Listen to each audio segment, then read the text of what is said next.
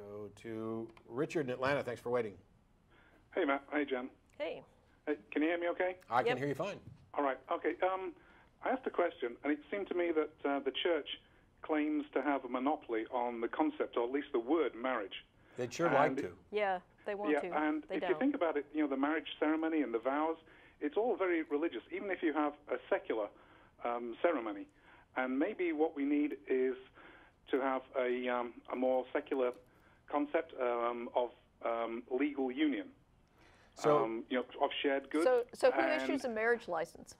Yeah, and I was thinking that if same-sex marriage became fully legal across the USA, would you be okay with a church to still deny same-sex couples? Yes. Of course. They would see it as Of part of their course. faith. yes, yes, Of course. absolutely. That's called the First Amendment. Perhaps should the word marriage be left in the realms of the church? No. No, and it's not in the realm of the church now, which gets to Jen's first question. Who issues the marriage license?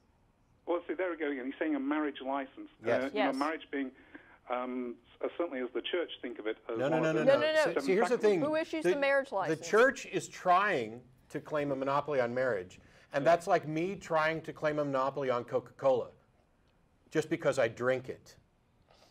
Okay? The marriage license comes from the state. All of the rights are granted by the states. All of the privileges and benefits are granted by the state.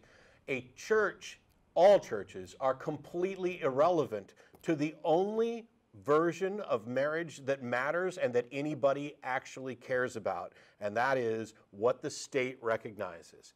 The church is trying to claim that this is in their purview, but it's not. Just because we allow ministers to sign marriage license, it is still coming from the state. Then I think that's half the problem, is because there's a confusion of the word marriage. You're saying the state issues a marriage license, but traditionally throughout centuries of history, a marriage has been certainly, you know, it's been exclusively in the realm of the church. No, that's a narrative the church would like to present, but in fact, religion is a relative latecomer to the whole marriage business. And while I'm somebody who generally likes to clear up confusion wherever possible, this is an area where, to the extent that there is confusion, too damn bad. Yeah. It really is that case, because if you go to your church and you have a wedding but never fill out a license, you're not married, with the exception of states that have like common law marriage and things like that, where if you present yourself as marriage, then you're married even if you don't have a license. But all of that is still a matter of being recognized under the law to have the rights and benefits of being married. A church does not grant you any rights of marriage at all.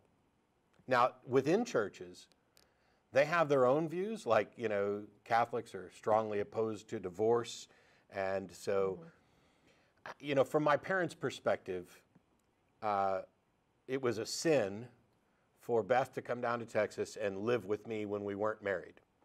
And then we got married, and we had an entirely secular wedding, which I'll kind of disagree with something else you said. Our vows are online and everything else. I don't find anything religious in the service that we had in any meaningful sense. But we were married, and even if we wouldn't have actually filled out a marriage certificate to be legally married, I think all of our parents would have been just as okay with us